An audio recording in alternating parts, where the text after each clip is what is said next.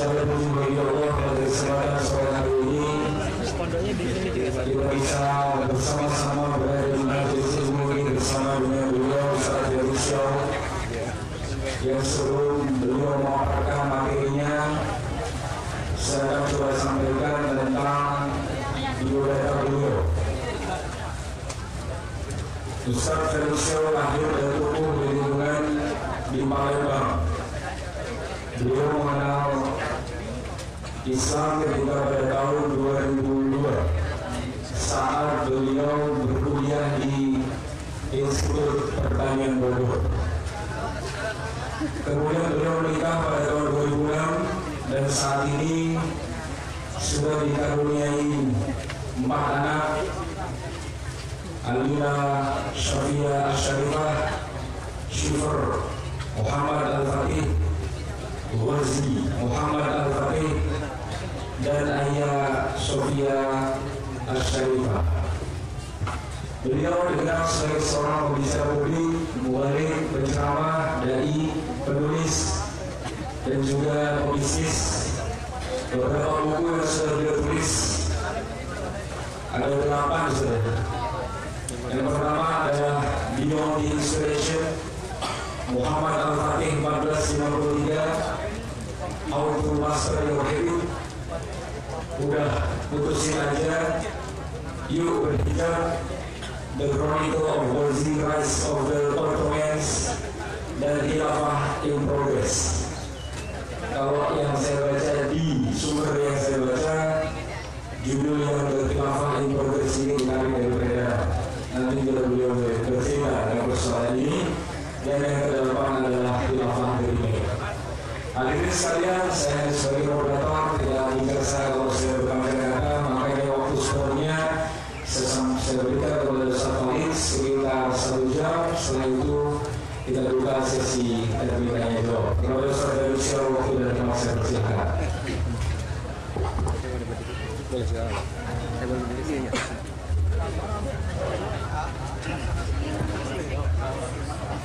Bismillahirrahmanirrahim. Assalamualaikum warahmatullahi wabarakatuh.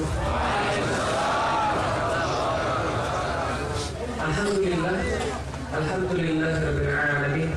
Wassalatu wassalamu ala asrofil anbiya'i wal mursalin wa ala alihi wa sahbihi wa man da'a bi da'watihi wa iltazama bi tariqatihi wa tawassaw khutbah bil aqidah al-islamiyyah asasan min fitratihi وأحكام شرعية بكسر أحمده ومصدر لأحكامه. أشهد أن لا إله إلا الله وأشهد أن محمدا عبده ورسوله لا نبي بعده. وقال الله تعالى في كتابه الكريم: أعوذ بالله من الشيطان الرجيم بسم الله الرحمن الرحيم وأخرى تقدر عليها قد أحاط الله بها وكان الله على كل شيء qadir. Alhamdulillah, puji dan syukur senantiasa kita panjatkan kepada Allah Subhanahu wa Ta'ala atas rahmat, atas rahimnya kita semua dapat berkumpul di sini. Allah limpahkan bagi kita kebaikan dan kebaikan.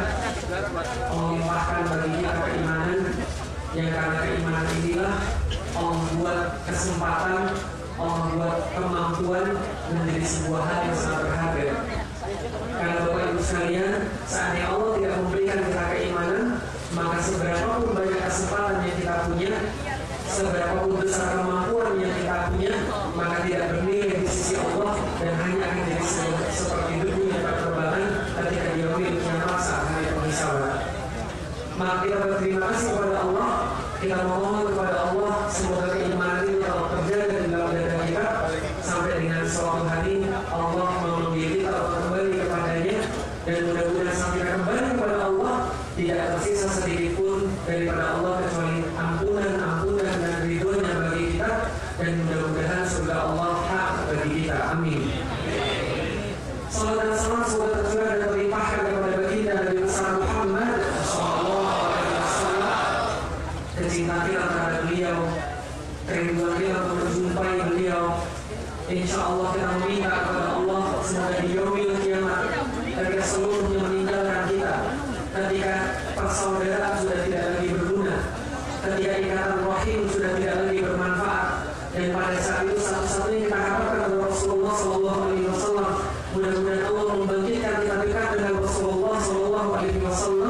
Kemudian kita dikenali sebagai bagian daripada umatnya, kita diberikan syafaatnya, dipersilakan untuk berbaris di barisan di belakangnya, dipersilakan memasuki surga untuk pertama kalinya, dan mudah-mudahan kita memasukinya bersama-sama. Amin.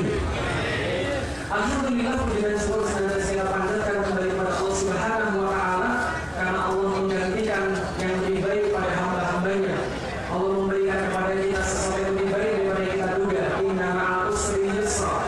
Terima kasih kepada panitia Sragen yang juga sudah mau kemari, karena mereka sangat peduli kepada kaum muslimin. Kemudian mereka datang kemari untuk menyaksikan acara ini setelah acara sebelumnya tidak sempat dilaksanakan di sana. Allah lebih mengetahui tentang usaha-usaha mereka, dan Allah lebih baik balasannya pada mereka. Dan akhirnya terlimpahkanlah acara ini pada teman-teman panitia di Solo. Alhamdulillah, Allah gantikan dengan yang lebih baik. Allah berikan kepada kita persatuan, Allah berikan kepada kita ukhuwah, dan tidak ada penikmatan yang lebih daripada nikmat daripada itu. Maka kita diminta senantiasa mengingat nikmat Allah. Ketika Allah menyatukan hati-hati kita, benar-benar memberikan kepada kita nikmat ikhwana, memberikan kepada kita nikmat bersaudara. Sebagaimana kita tidak pernah berjumpa, sebagaimana kita tidak pernah bertatap muka, kalau ketika kita berjumpa muncul rasa sakinah, muncul rasa senang, muncul rasa cinta, dan cinta itu nanti insya Allah akan Allah jadikan sebagai alasan bagi mereka yang menginginkan surga Allah. Maka ketika saya mengkaji Islam, Bapak-Ibu sekalian, saya menemukan tidak ada cara yang lebih mudah untuk masuki surganya Allah kecuali mencintai sesama muslim. Maka ketika di yaumil kiamat, ketika tidak ada naungan selain daripada naungan Allah, pada saat itu ketika manusia sedang panik-paniknya, manusia sedang tegar-tegarnya, maka ada seruan daripada langit, aina mutahabbuna di jalan. Siapa yang saling berkasih sayang dengan namaku, yang berkasih sayang dengan asmaku, dengan jalanku, dengan keagunganku, maka masuk semuanya pada surga Allah. Maka setiap orang menyayangi saudaranya, yang kemudian mereka mencintai mereka karena Allah, maka masuk pada surganya Allah. Tidak hanya itu, Allah berkata, maka siapa yang lebih mencintai saudaranya dapat kedudukan yang lebih tinggi daripada saudaranya. Maka saksikan pada hari ini Bapak-Ibu sekalian, saya mencintai Bapak-Ibu sekalian karena Allah Subhanahu wa Ta'ala. Dan mudah-mudahan karena wasilah kita mencintai satu sama lain, Allah sampaikan kepada kita surga. Amin. Dan pada hari ini Bapak-Ibu sekalian, yang ingin saya sampaikan adalah tema tentang anak-anak remaja, tema tentang anak-anak muda. Nah, kenapa? Karena tema tentang anak muda senantiasa menarik untuk dibahas. Betul begitu? Tanpa mengurangi hormat pada yang lebih senior. Mohon maaf sekali. Lebih ini Bapak-Ibu sekalian, Rasulullah SAW itu berdakwah selama 3 tahun pertama di Mekah, itu mendapatkan 44 orang para sahabat. Dan 44 sahabat ini 90% di bawah 30 tahun. 90% di bawah 30 tahun Bapak-Ibu sekalian. Salah satunya misalnya Ali bin Abi Thalib, umurnya 7 tahun ketika mulai mengkaji dengan Rasulullah. Jadi ini adalah sebuah pertanda bahwa tidak ada kata terlalu muda untuk mengkaji Islam.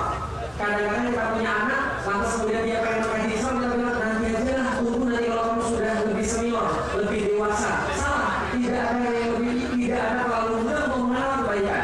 Ali bin Abi Thalib kaji Islam dengan Rasulullah umurnya berapa tadi? 7 tahun. Arqam bin Abi Arqam yang rumahnya dipakai oleh Rasulullah untuk mengkaji Islam, yang resikonya luar biasa kalau ketahuan.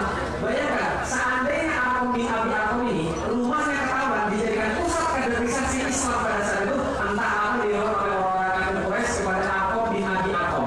Tapi Arqam bin Abi Arqam yang dipakai rumahnya itu umurnya berapa? 9 tahun. 9 tahun rumahnya sudah dipakai menjadi pusat kaderisasi oleh Rasulullah SAW.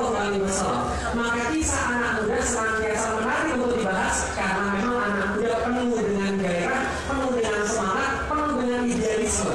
Maka dalam surat yang senantiasa Allah muliakan, kita diminta untuk mengulang-ulangi bacaannya, mentadaburi maknanya, kita diminta untuk setiap perhatian pada setiap ayat-ayatnya, dan dibacanya bukan hanya sekali setahun. Allah minta kita baca untuk sekali sepekan Bapak-Ibu sekalian. Surah apa?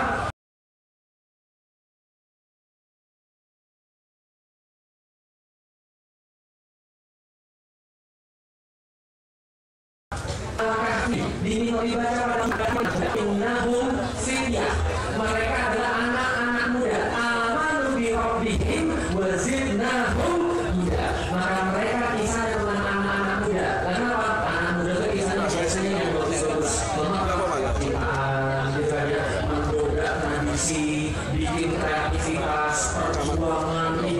semua. Kalau cerita orang tua itu kita bisa agak-agak bisa gimana? Sakit pinggang gitu kan ya, batuk-batuk gitu.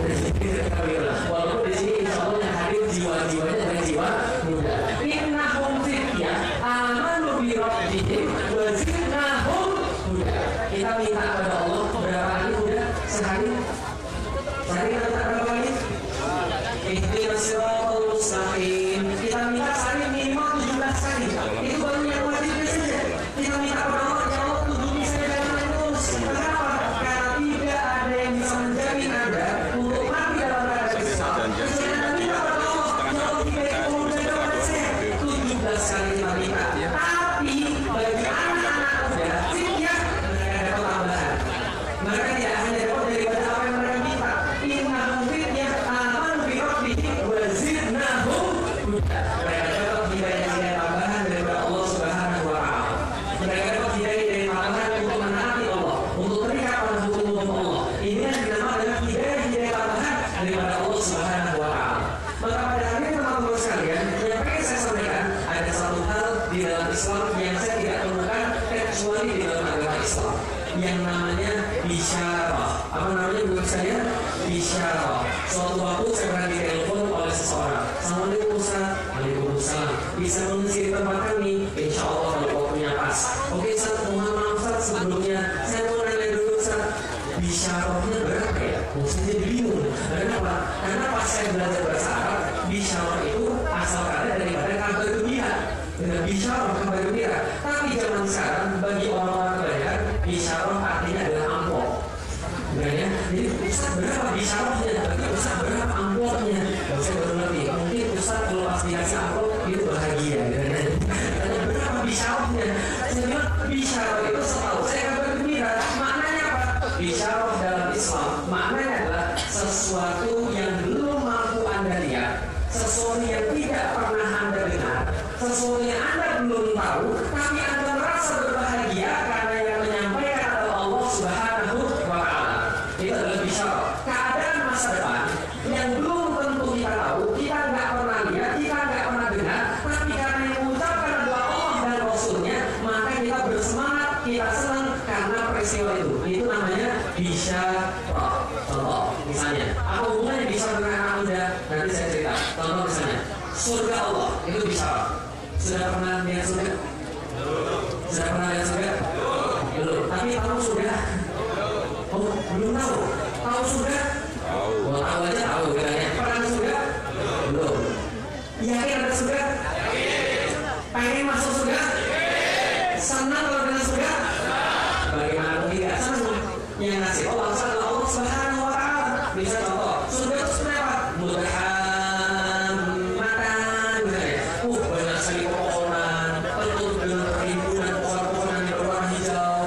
Apalagi misalnya seluas langit dan bumi.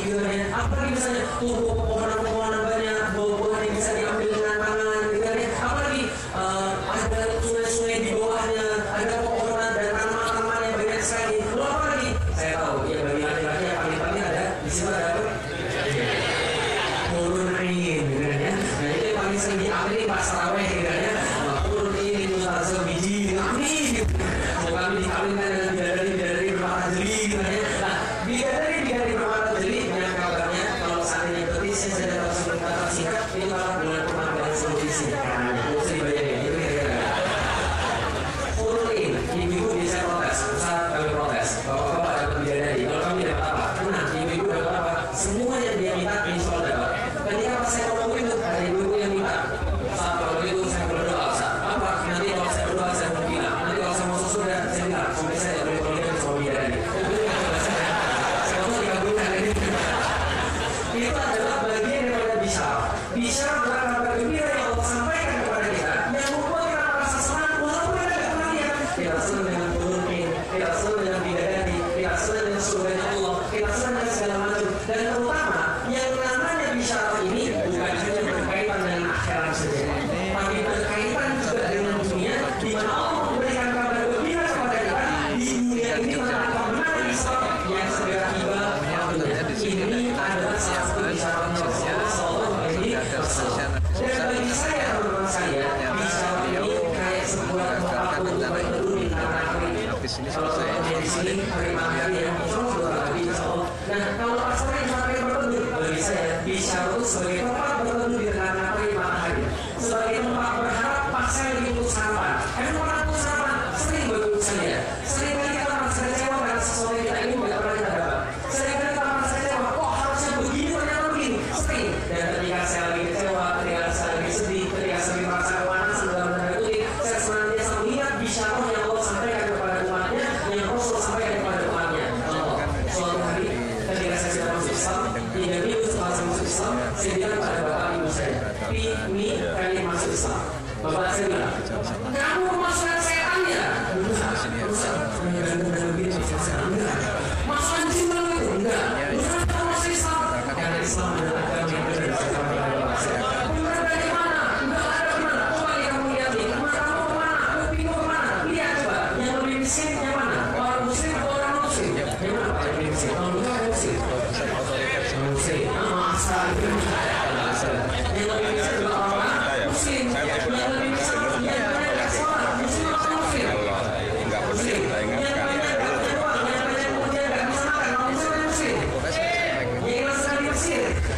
Muslim juga. Lalu bapak saya bilang, kalau di mana kamu bilang kamu bisa makan terbaik? Saya bilang gini sama bapak saya. Bedain antara Islam dan Muslim. Islam itu ajarannya tidak ada celah, tidak ada salah, tidak ada kacau, semua sempurna. Tapi yang belajar itu namanya Muslim. Lalu sekalian ada informasi dari panitia karena belakang panggung ini banyak sekali yang duduk dengan lewat. Jadi ceramah beliau saya nantikan sebentar 2 menit 3 menit biar acara ini bisa dibuat sama panitia. Tolong dikasih belakang banyak sekali. Mohon semuanya. Mohon yang sebelah ini pinggir. Nanti kalau aku nggak pergi jadi sini lagi.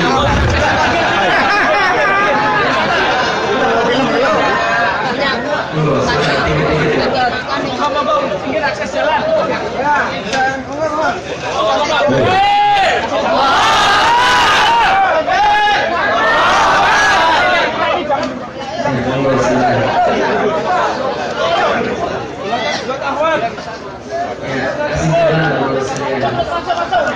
Jadi kalau dikasih jalan jadi film bagus nanti.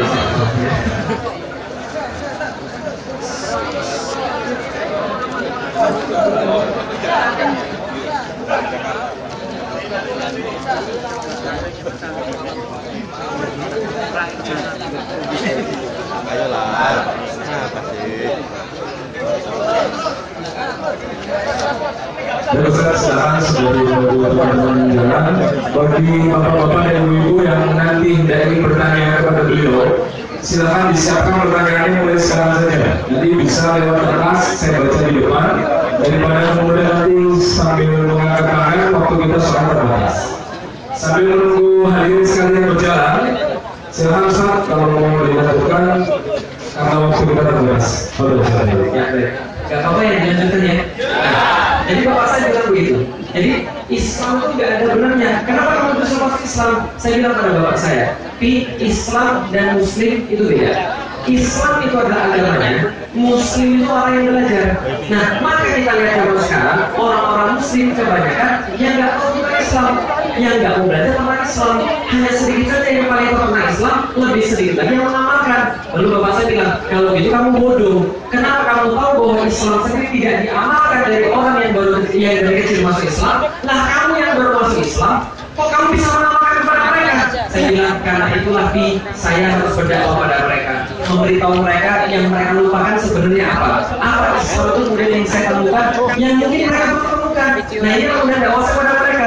Lalu bapak saya tanya lagi, Lik, menurut kamu berapa banyak orang-orang yang kamu bilang tahu tentang Islam, beramal tentang Islam, dan mau mendakwahkan Islam?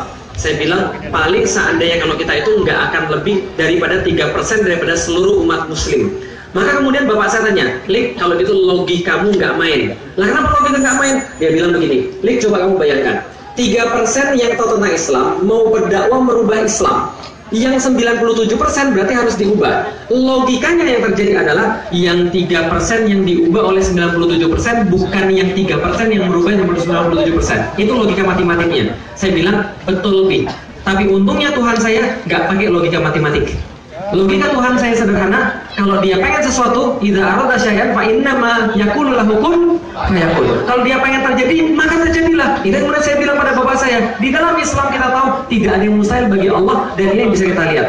Kalau seandainya kita mikir pakai logika, kalau kita mikir pakai akal kita, memang kayaknya Islam nggak akan mungkin bangkit. Betul atau betul? Kalau mikir pakai logika, Bapak Ibu sekalian, coba lihat ya. Mereka punya uang, kita nggak punya. Mereka punya kekuasaan, kita nggak punya. Mereka punya wewenang, kita nggak punya, gitu kan ya. Nah, kalau kita pikir pakai logika, kayaknya kita nggak akan mungkin menang. Lah kenapa? Kita 3 hari, 3 malam kita dakwah, capek, suara habis, letih, lemah, lesu, loyo. Yang tersadarkan paling cuma berapa orang? Paling cuma 3 orang, paling cuma 4 orang. Tapi sekali misalnya contoh TV menanyakan tentang sesuatu yang salah, jutaan orang kemudian murtad pikirannya tanpa sadar. Bisa dipahami teman-teman sekalian. Kenapa? Karena informasi-informasi yang salah tadi. Gitu kan ya. Nah, kayaknya kita nggak akan mungkin menang kalau kita pakai logika. Maka teman-teman sekalian, sebelum saya lanjutkan kemudian materi saya, ada 3 pandangan orang. Ada berapa? 3 pandangan orang. Pertama, pandangan pakai mata. Kedua, pandangan pakai logika. Ketiga, pandangan pakai iman. Pertama, pandangan pakai mata. Yang kedua, pandangan pakai logika. Yang ketiga, pandangan pakai iman. Pandangan yang pertama, pandangan pakai mata, semua orang bisa. Semua orang bisa, nggak perlu keahlian, semua orang bisa. Contoh, Anda lihat saya sekarang. Anda lihat saya sekarang. Jadi kalau Anda pulang dari sini, Anda ditanya, ngapain tadi asar, sempit-sempitan, panas-panasan? Wah, ada kajian. Kajiannya apa? Udah lupa tuh. Ya terus yang diingat apa? Pokoknya ustaznya ganteng aja. Oh, itu fitnah. Jangan kayak gitu. Nah, jadi kemudian ketika Anda lihat saya sekarang, Anda percaya bahwa Anda sekarang bertemu dengan saya. Karena Anda melihat pakai mata. Nggak perlu keahlian apapun untuk itu. Karena orang melihat, yakin itu biasa. Yang kedua, namanya pandangan pengusaha atau keyakinannya pengusaha. Pengusaha itu kalau dia yakin, dia ngelihat, dia nggak pakai mata, dia pakainya logika. Contoh misalnya, siapa yang mau jadi pengusaha? Ada yang mau jadi pengusaha? Nah, mulai menggunakan akal untuk melihat sesuatu. Yang namanya pengusaha, dia tidak menjual apa yang orang lain jual. Orang jual cincau, apa kemarin yang lagi laku-lakunya itu? Cincau cappuccino cincau gitu kan ya. Nah, kalau ada orang itu dia jual juga. Enggak begitu pengusaha, tapi orang pengusaha akan lihat ke depan. Yang kira-kira laku ke depan apa? Nanti saya akan investasi di sana. Karena investasi perlu logika. Itu adalah pengusaha. Yang ketiga, pandangannya ahli surga atau logika, keyakinan ahli surga. Ahli surga nggak pakai mata, nggak pakai logika, tapi pakainya. Contoh, nih, bayangkan sudah pernah pergi ke Mekah Madinah? Mudah-mudahan yang mengamini saya doakan mudah-mudahan pergi ke Mekah Madinah minimal sekali seumur hidup. Amin. Nanti kalau pergi ke Mekah Madinah, lihat kondisi di sana kayak apa. Dan saya minta teman-teman bayangkan pada tahun 600-an, ketika di Mekah Madinah belum ada mobil, ketika pada waktu transportasi yang paling canggih adalah kuda, bayangkan tiba-tiba ada seorang yang bangun pagi-pagi kemudian cerita pada kaumnya, saya semalam mengalami suatu kejadian luar biasa. Apa kejadiannya? Kejadiannya nggak pernah dialami oleh manusia sebelumnya. Apa? Saya itu bangun, lalu kemudian dibelah dada saya, dikeluarkan jantung saya, dicuci dengan air zam-zam, dimasukkan lagi dalam jantung saya, lalu kemudian diusap seolah nggak ada luka sama sekali. Kemudian saya diajak malaikat tadi menemui satu binatang yang nggak pernah saya lihat sebelumnya, lebih besar daripada keledai, lebih kecil daripada kuda, punya sayap sepasang. Dan ketika saya naik, dikepakkan sayap, saya melihat Masjidil Aqsa. Masjidil Aqsa dari situ saya naik Sidratul Muntaha, bertemu dengan Allah, penguasa semesta alam. Kemudian turun lagi, balik lagi ke Masjidil Haram. Semua terjadi dalam waktu 1 malam. Kira-kira kalau Anda yang ada di sana, kira-kira Anda gimana? Anda melihat nggak mungkin? Karena Anda lihat nggak mungkin. Sebentar. Pakai logika dulu. Sebentar. Kamu bilang dari mana tadi? Masjidil Haram. Kemana? Masjidil Aqsa. Sebentar. Buka Google Map. Ya kira-kira anggap aja ada Google Map bisa berarti ya. Buka Google Map. Cari Masjidil Aqsa, Masjidil Haram. Anda dapat itu kalau saya jarak Masjidil Aqsa ke Masjidil Haram 1233 km. Berapa? 1233 km. PP 2466 km.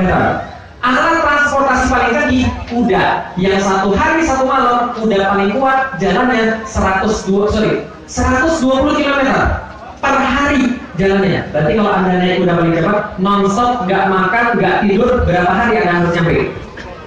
PP 2466 bagi 120, wow, itu berhari-hari, bahkan ratusan hari. Ini orang ngomong dalam waktu berapa lama? 1 malam, bukan 1 hari, 1 malam. Kira-kira apa yang terjadi pada Rasulullah ketika Rasul bilang seperti itu? Apa yang terjadi pada Rasulullah? Orang-orang Quraisy langsung bilang, gila. Betul? Coba lihat, Rasulullah punya banyak hinaan, tapi hinaan favorit orang Quraisy, gila, majnun. Maka sampai turun ayat Al-Quran, wa ma sahibukum bimajnun. Tidak, sahabat kalian bukan orang gila. Kenapa? Rasul dibilang gila gara-gara bilang sesuatu yang nggak masuk logika, apalagi bisa dilihat dengan mata. Nggak bisa masuk logika, nggak bisa dilihat dengan mata. Nggak mungkin itu semua. Disebarkan berita ini kepada seluruh manusia. Banyak sahabat-sahabat yang tadinya meyakini Islam murtad, yang lemah keimanannya. Sampai suatu waktu kabar ini sampai pada Abu Bakar As-Siddiq yang baru keluar kota dengan balik ke Madinah, balik ke Mekah, kemudian dikatakan pada Abu Bakar, tahu nggak, Muhammad sahabatmu itu apa yang dia ngomongin dari tadi pagi, diceritakan begini dengan seru sekali. Diharapkan Abu Bakar bakal murtad. Ternyata Abu Bakar mengajarkan kepada kita perkara keimanan. Masya Allah, Abu Bakar bilang gini, cuma gitu aja, nggak ada cerita yang lebih hebat lagi itu, nggak ada cerita yang lebih keren lagi itu, cuma gitu aja. Abu Bakar mengatakan kemudian, kalau cuma gitu saja, saya tetap percaya pada Muhammad. Lu kenapa? Lalu kemudian beliau berkata, kenapa saya percaya? Karena yang ngomong adalah Muhammad, karena dia nggak pernah bohong, dia Rasulullah. Abu Bakar mengajarkan kepada kita. Apa yang Abu Bakar ajarkan? Seandainya dalam perkara ilmu, maka yang terjadi adalah undur makila, wala tandur man qala. Lihat apa yang dibicarakan, jangan ngomong, jangan lihat siapa yang ngomong. Kalau ngomongnya benar dalam perkara ilmu, ambil. Hatta dia orang muslim, hatta dia anak kecil, hatta dia baru masuk Islam, hatta dia orang yang kita remehkan. Tapi kalau dia perkara benar yang dia ngomong, ambil perkaranya. Jangan lihat siapa yang berbicara, tapi lihat apa yang dibicarakan dalam perkara ilmu. Tapi dalam perkara akidah dibalik. Undur man qala. Lihat siapa yang ngomong. Wala tandur ma iya. Jangan lihat apa yang diomongkan. Kenapa? Karena apapun yang diomongkan, sebetapapun mustahilnya, sebetapapun tidak mungkin, kalau yang ngomong adalah Muhammad Rasulullah SAW, maka itu pasti benar. Jadi kami sampai sini dulu sekalian bicara. Maka ini berkaitan dengan anak muda. Bapak Ibu sekalian, saya nanya ke depan lagi. Setelah kemudian kejadian itu, ada kejadian yang lain lagi. Pada tahun ke-5 Hijriah, ada satu kejadian yang sangat luar biasa sekali yang diabadikan di dalam Al-Quran. Yaitu adalah tentang sebuah perang yang termasuk perang yang paling hebat, yang paling dahsyat yang pernah dialami oleh orang Muslim. Namanya perang? Ada salah. Namanya perang? Khandaq atau perang Ahzab. Dalam Al-Quran di dalam surah 33 kita disuguhkan dengan ceritanya bagaimana perang Ahzab. Perang Ahzab yang terjadi adalah 3.000 kaum muslimin melawan 10.000 orang-orang kafir Quraisy. Orang kafir Quraisy tidak rela dengan kekalahan perang Badar, tidak rela dengan kekalahan perang Uhud. Mereka ingin membalas dendam, menghabisi Islam one and for all. Dengannya sekarang dan selama-lamanya mau dihabisi, membunuh Rasulullah, kemudian menghabisi Islam. Maka mereka kumpulkan pasukan koalisi. Ahzab itu dalam bahasa Indonesia koalisi. Paham ya? Jadi bukan orang Islam saja, bukan orang baik saja yang bisa berkoalisi, orang jahat juga bisa berkoalisi. Maka Ahzab itu pasukan koalisi. Berapa banyak mereka kumpulkan? Jumlahnya pada saat itu termasuk amazing. Berapa? 10.000 orang dikumpulkan, lalu berjalan dari Mekah ke Madinah, ingin menghabisi Rasulullah. Masya Allah, tapi Allah lebih keren. Nah kenapa? Ternyata berita itu bocor oleh intelijennya Rasulullah. Alhamdulillah, siapa intelijennya Rasulullah? Malaikat Jibril, benar ya?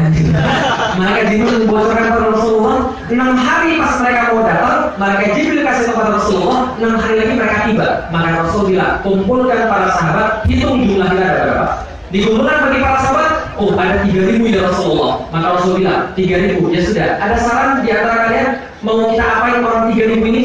Salman Al-Farisi angkat tangan. Ya Rasul, ini jumlah kita memang sangat sedikit sekali. Secara hitung-hitungan perang, nggak mungkin kita menang. Tapi kita bisa berusaha dengan keras. Bagaimana caranya? Mari kita bangun parit yang melindungi kota Madinah, sehingga kuda-kuda mereka tidak bisa lepas untuk kemudian menyeberang kepada kita, dan kita bisa punya tempat yang lebih tinggi. Kita panah mereka di tempat yang lebih tinggi. Maka Rasulullah menyepakati, dibuatlah sebuah parit yang mengelilingi sebelah utara Madinah. Panjangnya nggak tanggung-tanggung, 8 km. Berapa panjangnya? 8 km. Kalau di Jakarta 8 kilo itu dari Cawang sampai Semanggi. Kalau di Solo 8 km dari mana? Ya nanti pulang dari sini ukur ya di motor ya 8 km. Dan jangan bayangin panjangnya 8 km tuh, bayangin 8 km itu dibuat parit. Dan paritnya bukan di Solo. Di Solo buat parit gampang, kasih dapur selesai, paham teman-teman sekalian. Nah ini paritnya dibuat di Arab dengan ketentuan harus lebarnya 3 meter, dalamnya harus lebarnya 5 meter, dalamnya 3 meter. Jelas ya? Lebarnya 5 meter supaya udah nggak bisa lompat. Dan kalau lompat jatuh 3 meter nggak bisa naik ke atas lagi. Bayangin berapa kubikan harus diangkat.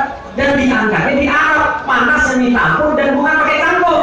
Di Arab itu kalau mau buat parit itu harus pakai lembing, lembing itu yang ujungnya tajam itu loh, yang dipukul pecah baru diangkat keluar, gitu kan ya? Kita harus pakai lembing diangkatnya. Bayangkan para sahabat membuat parit 8 km dengan sebesar itu, mereka bekerja rapatnya keras terus dan tekanannya masya Allah. Makanannya diceritakan dalam satu kisah riwayat, makanan mereka sehari itu mereka basahin tangan pakai air, kemudian celupkan ke gandum, berapa gandum yang nempel di tangannya dijilatin, itu jatah seharian. Ngeri udah panas luar biasa, makanan nggak cukup, 6 hari lagi datang, parit selesai untuk menang. Kira-kira gimana? Allah menggambarkan di dalam Al-Quran, irja'akum min fawqikum wa min asfala minkum. Ingat nggak? Ketika mereka datang kepada kalian, dari depan kalian datang, dari belakang kalian datang, wa izzadulil absar. Ketika pandangan lu bergetar, goyang, berapa saking takutnya? Pernah pandangan bergetar? Goyang saking takutnya? Goyang. Wa dalatil qulubul hanajir, dan hati ini sampai ujung tenggorokan. Pernah merasakan sampai begitu? Istri saya suatu hari pernah main-main ke pasar, dia lagi belanja di pasar, tiba-tiba anak pertama kita itu nggak tahu kemana, ya nyesek sampai tenggorokan itu loh. Jadi rasanya ini hati naik sampai tenggorokan, saking kagetnya. Itu kadang mau musuh ini kenapa? Musuh depan, belakang itu orang-orang mulai itu memberontak. Mereka mengancam membunuh kaum muslimin, wanita-wanitanya, dan kemudian anak-anak perempuannya. Masya Allah, sangat bergetar mereka. Watadununa billahi dununa. Bahkan orang beriman berprasangka pada Allah, Allah nggak bantu kita lagi, Allah nggak bersama kita lagi, kemenangan Allah cuma jadi kosong. Itu yang terjadi pada mereka karena saking ngerinya pada saat itu. Dan ketika kengerian yang terjadi pada persiapan perang Khandaq itu, tiba-tiba ada sahabat yang nanya pada Rasulullah, nanyanya begini, perhatiin, nanyanya, ya Rasulullah, amil Madinah tain tustahu awal. Ya Rasulullah, kota mana sih yang akan kita taklukkan terlebih dahulu? Rumiyah atau Konstantinia? Apakah Romawi atau Konstantinopel? Bayangin ya, dalam kondisi seperti tadi ada yang nanya, ya Rasulullah, yang besok kita taklukkan yang mana dulu? Romawi atau Konstantinopel? Antum tahu Romawi yang mana? Antum tahu Konstantinopel yang mana? Saya kasih tahu, Romawi dan Konstantinopel adalah kota paling besar pada zamannya, terkuat pada zamannya, disebut-sebut orang banyak pada zamannya, dan dipercaya sebagai 2 kota paling keren pada zamannya. Paham? Oke, kota paling keren zaman sekarang apa? Hah? Amerika bukan kota, ini pasti Amerika. Washington DC, New York, dan Manchester, Real Madrid, itu kota akhirnya. Real Madrid itu kota. Jadi kalau pada saat itu Konstantinopel, Romawi, kota paling keren. Ditanya mana tuh? Coba ini, coba lihat para sahabat. Sahabat tadi lagi ada di mana para sahabat? Lagi ada di mana tadi ceritanya? Oh ini aja Madinah. Mereka 6 hari lagi akan dihajar oleh berapa ribu pasukan? 10.000. Dan waktu itu lagi buat parit berapa kilometer? 8. Lebarnya? 5. Dalamnya? 3 meter. Dan makannya tangan dicelupin air, kemudian gandum untuk dijilat, dan bahkan tidak sempat pergi ke WC. Mereka tahu pernah ke Romawi? Pernah ke Romawi? Pernah ke Konstantinopel? Cuma dengar doang. Tapi mereka nanyanya, ya Rasul, yang mana ditaklukkan duluan? Konstantinopel atau Romawi? Langsung Yahudi, orang yang tidak beriman yang berada di situ, orang munafik yang ada di situ, langsung tertawa terbahak-bahak. Loh kok bisa ada di situ? Kan dalam piagam Madinah, kalau ada yang nyerang Madinah, bahkan orang munafik dan kafir harus mempertahankan Madinah. Nah mereka yang mendengar, gila umat muslim, kenapa? Kayaknya sudah kepanasan, kurang makan kayaknya, ngayal, besok aja mau mati, mikirin Konstantinopel, mikirin Romawi. Ternyata apa yang dijawab oleh Rasulullah, Masya Allah, Rasul tidak merendahkan semangat mereka, Rasul tidak membantah semangat mereka. Yang Rasul katakan adalah Madinatul Hiraqlah tuftahu awala. Madinatul Hiraqlah tuftahu awala. Yang akan kalian taklukkan terlebih dahulu wahai sahabatku adalah kotanya Heraklius atau Konstantinopel. Ketika Yahudi munafik mendengarkan itu, lantas mereka bilang, wajar aja muslimnya gila, bosnya juga gila. Paham sekalian? Kenapa? Itu bicara oleh Indonesia. Mereka berkata Muhammad gila, berbicara tentang Konstantinopel, berbicara tentang Roma. Padahal hari ini mereka sudah mau mati. Mereka hari ini nggak sempat pergi ke WC, tapi berbicara tentang Konstantinopel dan Roma. Lihat pelajaran. Satu, lihat para sahabat. Pertanyaan para sahabat begini nggak?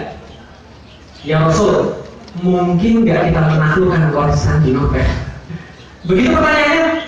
Bukan. Pertanyaan apa? Yang mana duluan? Jelas maksudnya. Dalam pertanyaan yang mana duluan itu tersirat ambisi dan tersirat keyakinan. Ya Rasulullah, yang mana duluan? Kira-kira begini. Berarti yang sahabat yang nanya itu kira-kira dari semalam kepikiran Konstantinopel pasti takluk ini, Romawi pasti takluk. Cuma saya kepikiran penasaran, yang mana duluan? Pertanyaannya nggak butuh paham dong sekalian. Nanya yang mana duluan gitu kan ya. Penasaran yang mana Rasulullah. Tapi Masya Allah, keyakinan dia semua sudah akan takluk untuk kaum muslimin. Dan pelajaran yang kedua, ketika mendapatkan seperti itu, Rasul nggak ngomong begini, kamu ngomong jauh-jauh, besok perang aja belum diurusin, bapak mau juga masuk Islam, udah ngomongin jauh-jauh, udah ngomongin dekat aja dulu. Enggak, Rasul minta kita berpikir ke depan. Rasul minta kita percaya pada sesuatu yang nggak bisa dilihat dengan mata, yang nggak bisa masuk logika. Karena mereka pakai gimana? Maka Rasul katakan, Madinah atau Hiraqlah tuftahu.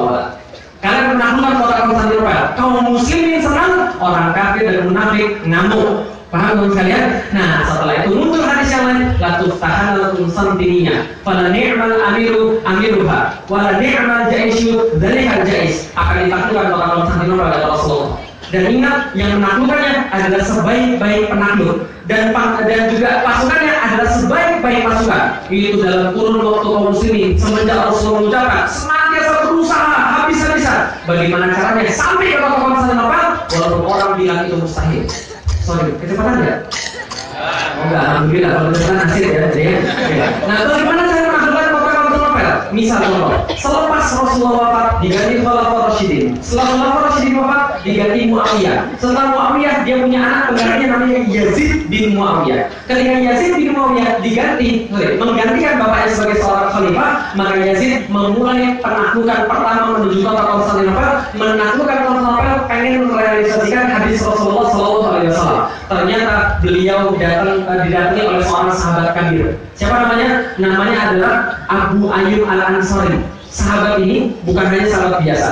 Teman-teman sekalian tahu Rasul pindah ke Madinah, itu para sahabat berebut semua agar Rasul nginap di rumahnya. Ternyata Rasul bilang, ya sudah saya lepasin unta saya ya, nanti berhenti di mana nginap di situ. Ternyata untanya mampir di rumah siapa? Abu Ayyub Al-Ansari. Abu Ayyub rumahnya tingkat 2, Rasul tinggal di atas, Abu Ayyub tinggal di bawah. Maka orang semua bilang, waduh celaka banget kita ini. Kenapa? Itu rumah orang itu ditinggali oleh orang yang paling mulia. Otomatis seluruh isi rumahnya jadi orang yang mulia juga. Bisa dipahami ya menurut saya. Nah, maka Abu Ayyub ketika Rasul wafat usianya 80 tahun, ketika Yazid mengumumkan mau berjihad ke Konstantinopel. Maka pada saat itu Abu Ayyub bilang, Yazid, bapak mau ikut? Yazid bilang, jangan Pak, bapak sudah tua, jangan ikut. Ini fitnah Pak, anak muda ini Pak. Nanti bapak meresahkan kalian dan nanti jadi beban. Enggak, bapak mau ikut. Kenapa sih bapak mau ikut banget? Maka kemudian dia bilang, saya punya janji yang belum saya realisasikan di depan Rasulullah SAW. Saya mau menunaikan janji saya di depan Rasulullah. Loh, apa janjinya Pak? Saya nggak mau kasih tahu. Pokoknya saya mau ikut. Kalau kamu nggak boleh, nanti saya doain jelek. Kenapa? Nanti saya kan adalah veteran perang Badar. Paham saya? Itu para sahabat itu. Kalau sudah ngomong veteran perang Badar, nggak berani nolak. Saya veteran perang itu sudah bapak ikut. Tengah jalan sekarat, tengah jalan sakit sekarat. Sebelum meninggal, dia meninggalkan wasiat. Apa? Tolong jangan makamkan mayat saya di manapun. Tapi Tapi saya mau engkau bawa mayat saya dengan kuda yang paling cepat, hantarkan saya di tempat yang paling dekat yang kamu mampu dengan tembok Konstantinopel yang sangat terkenal itu. Lah kenapa? Supaya saya dikuburkan di sana, supaya tunai janji saya pada Rasulullah. Apa? Saya berjanji pada Rasulullah, ya Rasulullah, aku pengen mendengarkan gemerincing pedang dan dengar kaki kuda pasukan penaklukan Konstantinopel. Maka Rasul mengaminkan, akhirnya mayat Abu Ayyub dihantarkan ke depan tembok Konstantinopel, dimakamkan di sana. Penaklukannya gagal total. Berikutnya Sulaiman bin Abdul Malik bawa sekitar 120.000 pasukan, nggak bisa menaklukkan Konstantinopel. Yazid pertama nggak bisa, Murad kedua nggak bisa, terus ratusan tahun tidak ada yang bisa merealisasikan janji Rasulullah, sampai datang satu orang pemuda yang telah akan menaklukkan Konstantinopel. Namanya siapa? Muhammad Al-Fatih. Itulah kenapa ketika saya masuk Islam, nama saya Muhammad Al-Fatih. Nah, Muhammad Al-Fatih kemudian anak daripada Murad kedua. Ini penting sekali, anak muda.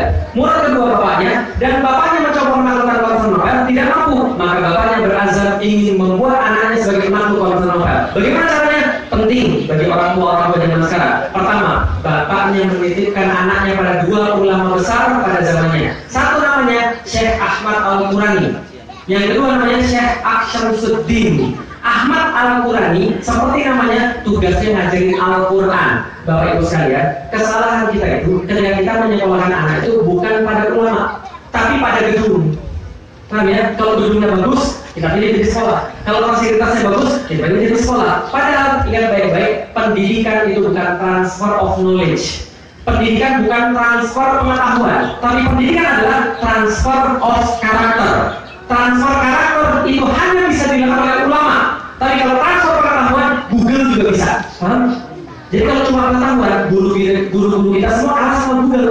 Tapi kalau karakter, hanya ulama yang bisa mentransfer pada anak-anak itu. Maka yang pertama, Ahmad Al-Qurani berhasil mendidik Muhammad Al-Fatih yang awalnya malas-malasan, yang awalnya manja, menjadi seorang pemuda yang berkomitmen belajar Al-Quran. Gimana caranya? Muhammad Al-Fatih anak sultan. Anak sultan, ya bahasa ini kemelinting, kira-kira begitulah. Maka ketika dia datang pada sultan, dia datang pada gurunya Ahmad Al-Qurani, gurunya bilang disuruh nggak mau, lalu gurunya datang pada bapaknya. Mohon maaf sultan, ini kalau saya pakai cara saya untuk mendidik anaknya boleh atau tidak? Oh silakan, apa saja yang dilakukan silakan, saya sudah serahkan. Dia ambil kayu, kemudian ketika anak ini nggak mau menuruti perintah dia, dipukul pakai jedak. Nah, setelah itu anak itu senjata itu nurut. Itu salah. Itu zaman dulu. Dipukul pakai kayu. Yang mukul ulama jadi bagus, paham sekalian. Tapi kalau zaman sekarang ada guru mukul anak, langsung lapor ke Komnas HAM, paham sekalian. Padahal itu pukulan ulama nggak mungkin menyakiti. Nanti sudah gede, pas sudah menaklukkan Konstantinopel, Muhammad Al-Fatih bilang, saya bisa seperti ini gara-gara pukulan Syekh Ahmad Al-Qurani. Kalau saya nggak dipukul dia, mungkin saya nggak jadi begini. Alhamdulillah, saya punya cerita dalam belajar. Saya pas masuk Islam pertama kali, itu belum apa-apa, baru masuk Islam sekitar 3 minggu, langsung suruh halaqah pakai kitab gundul. Apa tadi yang belum bisa? Kurvijaya aja belum bisa. Halaqah pakai kitab gundul. Datang kirain main-main saja. Saya datang baru bilang baca paragraf pertama. Gimana cara bacanya? Kalau saya Kurvijaya belum bisa. Kemudian baca paragraf pertama. Mohon maaf saya nggak bisa. Ustaznya bilang kalau gitu kamu belum siap halaqah, keluar. Saya diusir bagus.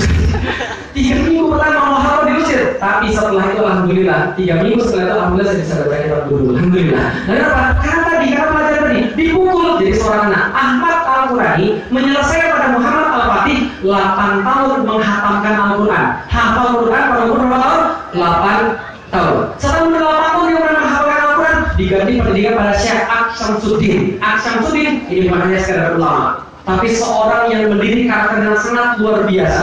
Maka Asyamsuddin kerjaannya apa? Nih berarti menceritakan sirah nabawiyah, menceritakan kisah para sahabat, kisah panglima-panglima perang. Karena ternyata penelitian pendidikan pada zaman sekarang membuktikan bahwa anak-anak paling ingat tentang kisah-kisah, dan tanpa sadar itu masuk ke dalam diri dia, jadi karakter dia. Contoh, kenapa Indonesia banyak maling? Kenapa Indonesia banyak maling? Karena kisahnya salah. Apa kisahnya? Kisahnya adalah anak-anak sekalian, apa binatang yang paling cerdas? Karena kacir bisa mencuri timun, membohongi petani. Makanya di Indonesia maling-malingnya berjaya karena dianggap hebat dan petaninya susah. Paham teman-teman sekalian? Nah, kok tahu lah? Saya kan mahasiswa pertanian, paham teman sekalian? Nah, karena kisahnya tadi, apa lagi? Kisah apa lagi? Tahu ada cowok mirip cewek mandi. Tahu kisah cowok ngintip cewek mandi? Cowok ngintip cewek mandi, ternyata ceweknya bidadari. Bukan kisah cowok ngintip cewek mandi. Nah setelah dia tahu ceweknya itu bidadari, dia ambil selendangnya, ceweknya nggak bisa terbang ke surga. Akhirnya kisahnya adalah berakhir, dia nikah sama bidadari. Pelajaran moralnya adik-adik sekalian, maling nikah sama bidadari, paham? Tidak dengan Muhammad Al-Fatih, kisah yang lewat Muhammad Rasulullah, kisah para nabi di dalam Al-Quran, kisah para panglima Islam, kisah tentang orang-orang yang berjasa besar di dalam Islam. Tumbuhlah dia menjadi orang yang sifat kesatrianya luar biasa. Ada data Muhammad Al-Fatih umur 11 tahun nulis puisi tentang jihad. 11 tahun nulis puisi tentang jihad. Masih ada saya tulis dalam buku saya. Puisi tentang jihad, baik-baiknya Masya Allah. Karena dibuat adalah syahid di jalan Allah, berperang ratusan kali di jalan Allah, mengharap dengan ridho Allah Subhanahu wa Ta'ala dan sebagainya. Anak zaman sekarang 11 tahun nulis surat cinta. Ditolak naik ke BTS ngancam bunuh diri keren banget tidaknya. Anak zaman dulu 11 tahun baik-baiknya pengajian Masya Allah. Setelah mulai pelajar itu Aksa berkata pada Muhammad ikut saya. Diikutkan, dia pergi melihat Konstantinopel dari kejauhan, melihat Hagia Sophia dari kejauhan, gereja yang paling besar pada zaman itu. Kemudian dia bilang, Muhammad lihat apa itu? Saya lihat kota Konstantinopel. Apa itu kota Konstantinopel? Kota yang akan ditaklukkan oleh umat muslim. Lalu apa? Muhammad Al-Fatih ini Sultan ke-7 Utsmani. Sultan pertama yang namanya Osman Ghazi. Makanya nanti kekhilafahnya namanya kekhilafah Utsmaniyah. Nah, ini Sultan ke-7 yang pertama namanya Osman Ghazi. Osman Ghazi kemarin saya berkunjung ke pemakamannya, ke tempat dia dibaringkan. Itu Masya Allah, di sebelah pembaringannya itu ada bergerak besar banget. Udah segini lah kira-kira. Ini udah tau nggak apa tulisannya di atasnya? Bismillahirrahmanirrahim. Di bawahnya lagi, Allahumma salli ala sayyidina Muhammad. Yang di bawahnya lagi, wajahidu fisabilillah. Di bawahnya lagi, inna fatahna laka fatham mubina. Paham maksudnya? Kalau anda ingin mengenal Allah, berarti ada di jalan Allah. Kalau anda meninggalkan jalan Allah, anda meninggalkan untuk berusaha yang terbaik untuk agama ini, Allah jangan meninggalkan kebenaran pada kaum muslimin. Masya Allah, itu yang pertama. Apa yang kedua? Itu mulai yang kita lakukan. Lalu kemudian Aksa Muslim berkata, saya kasih tahu, bapakmu sudah pernah ke sana, bapakmu sudah ada. Kakekmu sudah pernah ke sana, kakekmu sudah ada. Semua sudah pernah ke sana, bahkan Abu Ayyub Al-Ansari, dan mereka gagal. Dan tahukah engkau, setiap hari saya bertahajud kepada Allah, berdoa kepada Allah, bermunajat kepada Allah, agar Allah mengkaruniakan penakluk Konstantinopel sebagai sebaik-baik penakluk dan sebaik-baik pasukan. Saya senantiasa berdoa kepada Allah, ya Allah, agar engkau menganugerahkan seorang penakluk ini, agar ini depan mata saya ini, engkau Muhammad akan jadi penakluknya. Masya Allah, dari kecil diyakinkan anak ini bahwa dia akan menjadi penakluk Konstantinopel. Terus. Kamu yang dimaksud dalam hadis ini, kamu yang dimaksud dalam hadis ini, kamu harus berusaha. Anak ini jadi kebetulan. Masya Allah, apa yang jadinya? Umur 16 tahun dia menguasai 8 bahasa. Berapa bahasa? 8. Anda sudah berusia berapa tahun? Ada yang 30, ada yang 40. Berapa bahasa sudah dikuasai? Alhamdulillah 4 bahasa. Apa saja? Indonesia, Inggris, bahasa Jawa, dan bahasa Isya. Alhamdulillah, akhirnya 4 bahasa. Kemudian Muhammad Al-Fatih dia menguasai 8 bahasa.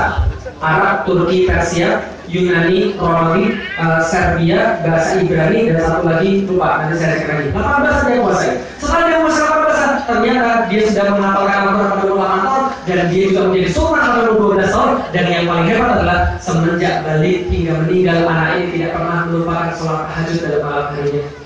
Masya Allah, kadang-kadang kita mungkin nggak bisa untuk menyanyi. Ketika kemudian kita kenapa dia ngomong seperti itu? Rupanya dia mengapresiasi surat di dalam Al-Quran, surat Al-Fatihah. Iyyaka na'budu wa iyyaka nasta'in. Ya Allah, engkau pada engkau kami minta, pada engkau kami beribadah, pada engkau kami minta. Itu makna baru namanya nazar. Orang Indonesia nazarnya kebalik, paham? Ngancem nazarnya. Orang Indonesia nazarnya gimana? Nazar gini, ya Allah, kalau aku dapat kerjaan, nanti aku akan puasa 3 hari betul-betul. Gitu kan? Apa nih? Ya Allah, kalau aku jadian sama dia, ya Allah, dan aku akan sedekah 20 juta. Gitu kan? Pertanyaannya, kalau enggak terus kenapa? Emang Allah rugi gitu? Ya Allah, kalau aku masuk kerja, nanti aku akan puasa 3 bulan betul-betul, 3 hari betul-betul. Kalau enggak kenapa? Emangnya rugi? Itu kan kayak ngancam. Jadi, ya Allah, kalau aku masuk kerja, nanti aku akan puasa 3 hari. Kalau aku nggak masuk kerja, aku nggak mau puasa. Gitu kan? Padahal di dalam Islam, kaidah nazar yang benar, iyyaka na'budu wa iyyaka nasta'in. Ibadah dulu baru minta. Maka Muhammad Al-Fatih sadar betul. Kata Rasulullah, penakluk Konstantinopel adalah penakluk yang paling penakut yang paling dekat dengan Allah, maka dia dekati Allah dengan tahajudnya, tidak pernah putus-putus tahajudnya. Maka dia tidak hanya melakukan tahajud, dia kuasai segala-galanya. Singkat cerita Bapak Ibu sekalian, karena kalau saya ceritakan lengkap, ceritanya terlalu panjang. Singkat cerita, Muhammad Al-Fatih menaklukkan Konstantinopel pada umur 21 tahun. Berapa umurnya? 21 tahun. Sekarang ada sudah umur 21 tahun kan? 21 tahun lebih. Alhamdulillah sudah lulus kuliah. Alhamdulillah bedanya. Beda umat zaman sekarang. Umat zaman dulu 21 tahun menaklukkan Konstantinopel. Anda 21 tahun menaklukkan soal cewek aja nggak bisa.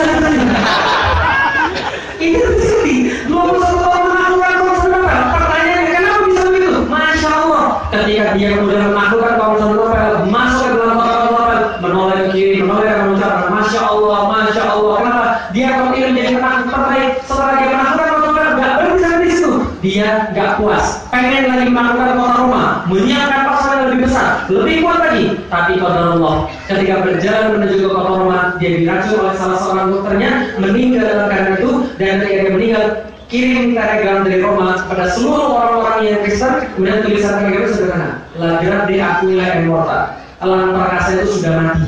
Nah, kenapa? Muhammad Al-Fatih sudah mati. Belakangan para penulis mengucapkan, seandainya orang ini, Muhammad Al-Fatih, diberikan 20 tahun lagi umurnya, lebih panjang daripada yang dia mati itu, maka dia tidak akan bisa melihat Kristen di dunia Eropa. Paham saya? Karena sudah habis sama satu orang itu. Apa keyakinan dia? Keyakinan dia pada Rasulullah SAW bahwa Rasulullah pasti benar.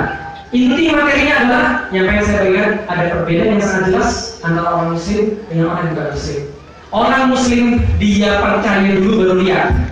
Sedangkan orang kafir, dia mau lihat dulu dia baru percaya.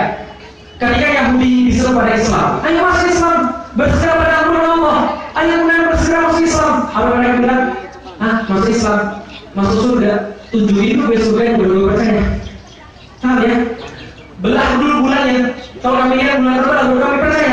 Karena mereka dari dulu keimanannya cuma diajarkan pada mata. Musa membelah, wow, jauhkan dulu, belah dulu. Beriman ya, Musanya hilang, imannya hilang. Bisa dibaca dulu sekalian. Itu belajar diri pada orang zaman dulu. Tunjukkan kami kalau bisa membelah bulan. Dibelah nggak sama Rasulullah? Masuk Islam nggak? Enggak juga.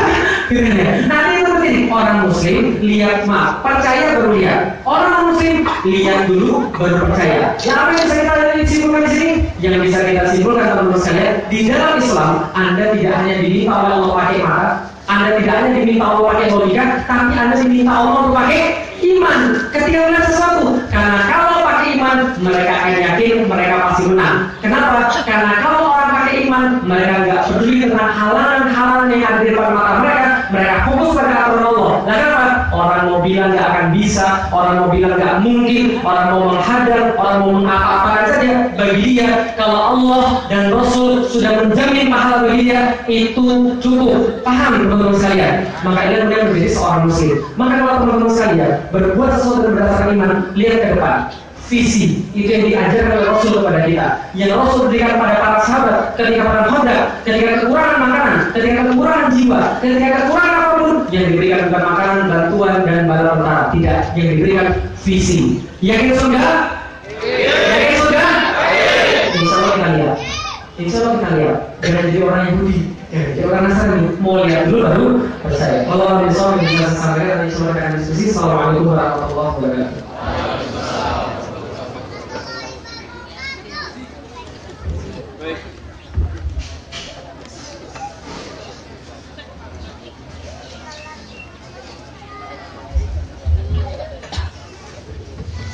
Baik Bapak Ibu dan hadirin sekalian, semoga Allah demikian tadi ceramah yang bisa disampaikan oleh Ustaz Felix kepada kita semua. Sekarang saya bertanya, apakah ceramah Ustaz Felix menebar kebencian?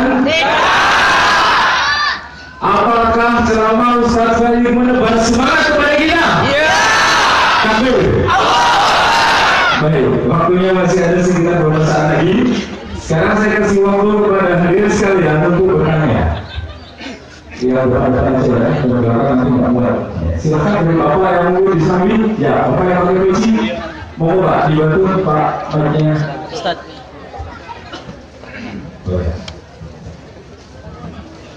Pak, satu pertanyaan saja, disebutkan nama dan asalnya Pak. Silakan, mau Pak.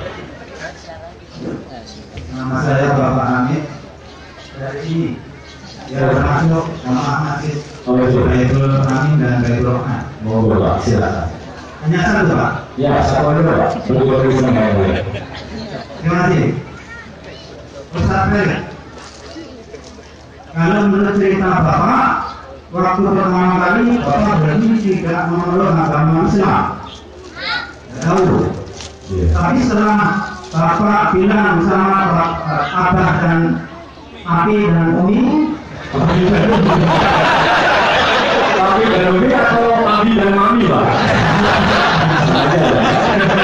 ayah dan ibu, Bapak bilang begitu. Terus karena terjadi kejujuran. Terus kelanjutannya bagaimana? Itu satu, yang kedua, yang sangat menarik Bapak. Kan satu Pak, satu aja. Yang satu istri saja. Ya, silakan. Yang paling menarik Bapak untuk mendalami Islam apa ini? Terima kasih. Itu Pak ya. Salam dulu Pak. Assalamualaikum warahmatullahi wabarakatuh. Ya, baik, terima kasih. Alhamdulillah, saya masih tahun 2002 Pak, dan saya sampai sekarang masih mendalami Bapak dan Ibu saya. Dan Bapak Ibu saya sampai saat ini masih belum masuk Islam. Walaupun terus kita usahakan, mohon doanya mudah-mudahan mereka ini. Tapi walaupun mereka belum masuk Islam, alhamdulillah mereka dulu tiga kelas pertama itu senantiasa menentang, dan menentangnya itu sangat besar sekali. Nah setelah 3 tahun, alhamdulillah mereka baru tahu sebagaimana Islam itu tidak pernah mengkhawatirkan mereka. Kenapa? Jadi gitu saya, termasuk teman-teman baru hijrah. Kadang-kadang kalau kita baru hijrah, orang tua kita kadang-kadang susah untuk memahami, apalagi anak-anak gitu kan ya. Kadang-kadang misalnya contoh, pakai kerudung gitu misalnya ya. Setelah pakai kerudung, ibunya kemudian takut, kamu jangan masuk teroris ya. Lalu kemudian dia bilang, ibu bilang terus dasar ibu adalah kalau menghuni neraka. Bilang gitu, bahaya kalau begitu. Kadang-kadang ada orang yang hijrah, orang tua nggak setuju. Tapi tolong dipahami, orang tua yang nggak setuju itu dia cuma nggak pengen kita jelek, dia cuma nggak pengen kita ada apa-apa. Nah begitu kan ibu dan bapak saya yang mereka paham tentang Islam, ngebom, bunuh diri gitu ya. Lalu apa lagi? Jelek, bunuh orang tua dan sebagainya. Nah kita jelaskan kepada mereka, 3 tahun itu saya jelaskan. Dalam Islam jangankan bunuh orang tua, jangankan jelek pada orang tua, ngomong lebih keras saja nggak boleh. Jadi kalau saya papi dan mami ngomong keras, saya cuma bisa di bawah itu. Jadi kalau misalnya saya ngomong lebih keras, saya dosa. Saya misi 500 orang saya kepada ibu saya, dan ibunya pun, maminya pun, saya lebih wajib memenuhi panggilan mami daripada 500 orang. Karena itu adalah hak seorang ibu di dalam Islam. Nah maka itu tidak perlu kalau saya masih besar dan ibu masuk. Saya jelasin pada dia terus. Alhamdulillah 2011 saya beberapa pertama kali sama istri sponsornya bapak saya. Lalu kemudian kita nanti di depan Ka'bah itu kita telepon dan yakin saya sekarang di depan Ka'bah kita doain semoga Pak masuk Islam. Jawabannya insya Allah. Nah, kemudian dia sekarang udah mengikuti terus, sering baca status saya di Facebook gitu ya. Kayak kemarin, pokoknya kalau ada kejadian dia pasti nyambung saya. Lid, mau kemana? Ke Sragen. Ke Sragen, Lid, serius. Dan itu kan markasnya mereka, Lid. Kan kita pasti ditolak di sana. Ya, saya cuma berdakwah. Kalau ditolak ya terserah. Yang lain ya kita benar. Nggak usah lagi sih buat-buatnya yang ngajar di tempat papi. Akhirnya mereka tidak ditolak. Bener kan papi bilang? Dan apa dia ya itu orang tua saya. Alhamdulillah tidak pernah menolak dakwah saya. Malah memberikan jalan buat saya. Suatu waktu bapak saya bilang ini mobil pakai saja. Nah, supaya apa? Supaya kamu nggak bergantung pada orang lain. Jangan pernah minta uang pada orang lain. Jangan pernah minta uang pada dakwah. Sini pakai tutupin. Ini mobil pakai bensin pakai izin. Yang penting kamu jangan minta uang. Jadi alhamdulillah. Mohon doanya mudah-mudahan segera kita bisa mendapatkan Islam. Itu yang pertama. Yang kedua tentang masalah belajar di dalam Islam. Alhamdulillah 2002 saya masuk Islam. Lalu kemudian saya mulai berdakwah langsung dengan kapasitas yang saya pahami. Pertanyaannya mungkin bagaimana proses belajar itu gitu Pak? Nah, jadi gini, belajar bagi sekalian, permasalahan ilmu, saya akan tanyakan pada seorang ustaz. Satu ya, mungkin nggak perlu pertanyaan. Jadi saya akan tanyakan pada seorang ustaz.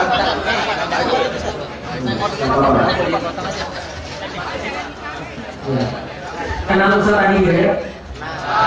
Kenal? Awalnya gimana ya? Karena ketika saya kemudian beliau saya pernah nanya, Ustaz, kok bisa sejadi itu sih? Belajarnya caranya gimana? Ternyata beliau bilang pada saya tentang sesuatu hal yang selama ini saya pahami tapi saya diingatkan kembali. Beliau bilang begini, ilmu itu di dalam Al-Quran tidak ada yang tidak dinisbatkan kecuali pada Allah. Coba saya lihat di dalam Al-Quran misalnya. yarfa'illahu alladziina aamanu wa utul ilma wal ladziina utul ilma darajat. Utul ilma artinya apa? Orang yang diberikan oleh Allah ilmu. Dalam ayat-ayat yang lain sama. Ilmu itu pemberian Allah. Contoh, pas lagi belajar doanya Rabbi zidni ilma. Ya Allah tambahkan ilmu. Berarti ilmunya siapa? Allah. Warzuqni dan rizikikan aku fahman, kepahaman atas agama. Berarti kepahaman itu punya siapa? Allah. Coba lihat, saya ngisi begini, orang-orangnya sama-sama hadir di sini, tapi ada yang nangkapnya 10, ada yang nangkapnya 9, ada yang nangkapnya 8, ada yang nangkapnya 15. Yang ngasih itu siapa? Saya? Enggak, yang ngasih Allah Subhanahu wa Ta'ala. Maka pertama kali yang untuk kemudian kita belajar agama, yang pertama harus dilakukan adalah mensucikan diri kita di depan Allah, jauhi segala macam maksiat, minta agar Allah ridho dengan kita. Karena kalau Allah sudah ridho dengan kita, ilmu insya Allah mudah. Dalilnya surah Al-Baqarah 252. Allah katakan, bagi orang yang bertakwa kepada Allah, yu'allimukumullah. Ketika sudah bertakwa di jalan Allah, Allah yang akan ngajarin, bukan yang lain. Sama seperti ayat-ayat yang lain. Wa may yattaqillaha yaj'al lahu makhraja wa yarzuqhu min haitsu la yahtasib. Wa may yattaqillaha yaj'al lahu min amrihi yusra. Iqra. Itu ayat pertama turun. Apa jawab Rasulullah? Ma ana biqari. Aku nggak bisa baca. Iqra. Ma ana biqari. Aku nggak bisa baca. Tapi begitu dilengkapi. Iqra bismi rabbikal ladzi khalaq. Baca dengan nama Tuhanmu, Allah yang maha pengabu, yang maha pemurah. Langsung bisa diterima. Iqra bismi rabbikal ladzi khalaq. Jadi itu kunci dalam belajar. Yang saya juga harus belajar memahami. Mudah-mudahan kita semua jaga ilmu dan dipraktikkan dalam Allah. Silakan Pak Ilmu.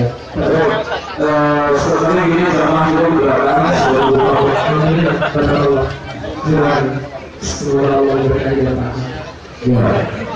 Baik, Ustaz tadi dari mengingat waktu dulu, nanti menjawabnya singkat aja. Baik, saya juga berdiri semua. Baik. Sekarang dari belakang saya ada yang lain nggak? Nggak ada? Dan di depan sini ada? Siapa? Ya, silakan. Ya, kamu dari ini maju. Ya, kamu maju. Ya. Kalau dari situ nggak ada beda.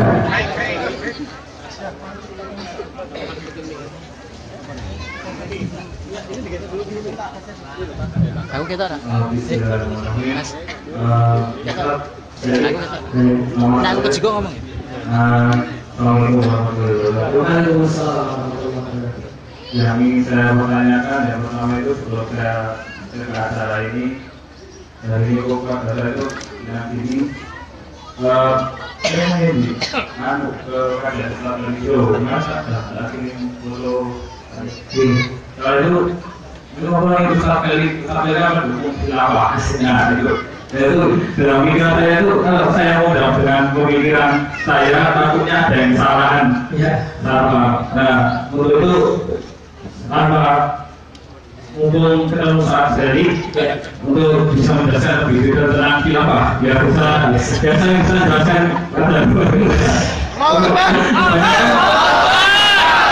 kebanyakan orang-orang sekitar saya itu mikirnya khilafah itu karena mendirikan negara Islam di Indonesia. Pikirannya kan aneh. Dari saya ingin itu buruk sekali. Terima kasih. Assalamualaikum warahmatullahi wabarakatuh.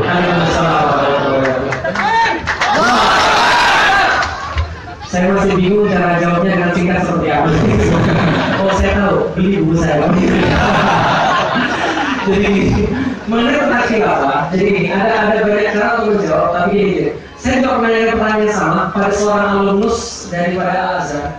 Jadi saya bilang gini, saya tuh bingung kenapa ya zaman sekarang ketika orang bilang khilafah seolah tidak sesuatu yang salah, seolah dibenturkan dengan Pancasila, seolah dibenturkan dengan NKRI dan sebagainya. Padahal saya tidak melihat itu semua ya, Ustaz. Kemudian saya bilang gini, saya tanya misalnya, kenapa urusan Al-Azhar itu kebanyakan nggak ngomong khilafah? Apa mereka tidak pernah diajarkan ketika di Al-Azhar? Lalu dia bilang begini, yang ngomong begitu ada dua kesimpulan. Karena apa? Ketika orang belajar di Al-Azhar atau belajar di tempat-tempat yang lain, maka harus mengatakan bahwa orang ini ketika sampai pada bahasan fikih, kemudian membahas misalnya kalau satu hukum saja, hukum hudud, maka pertanyaannya yang melaksanakan hukum hudud ini siapa?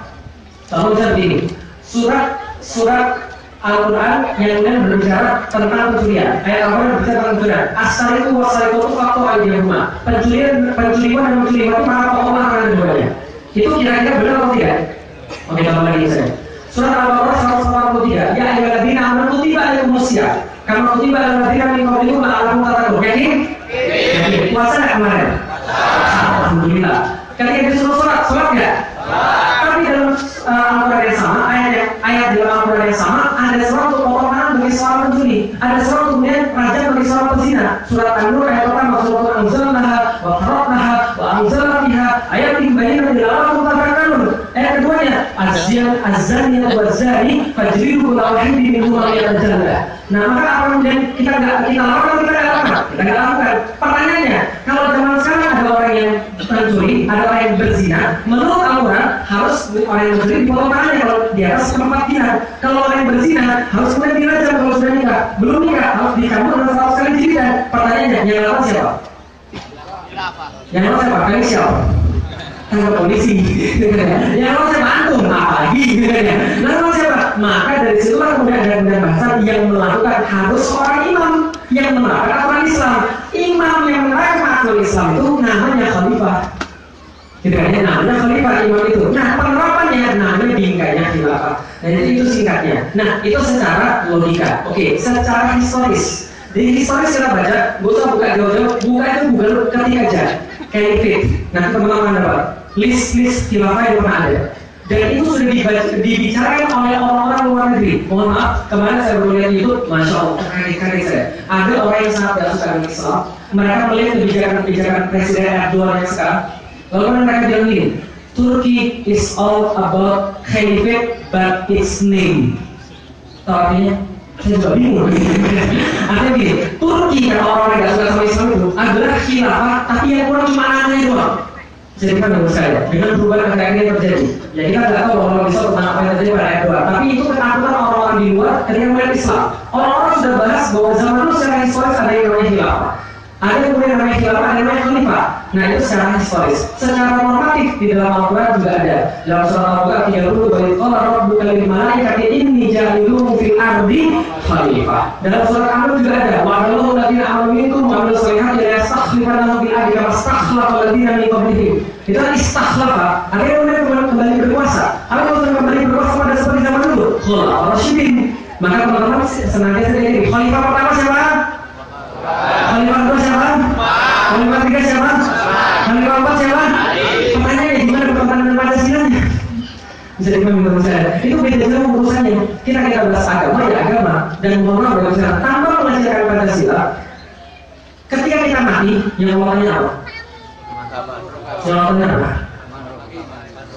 Selain itu, setelah semua pertanyaan itu, sholat enggak?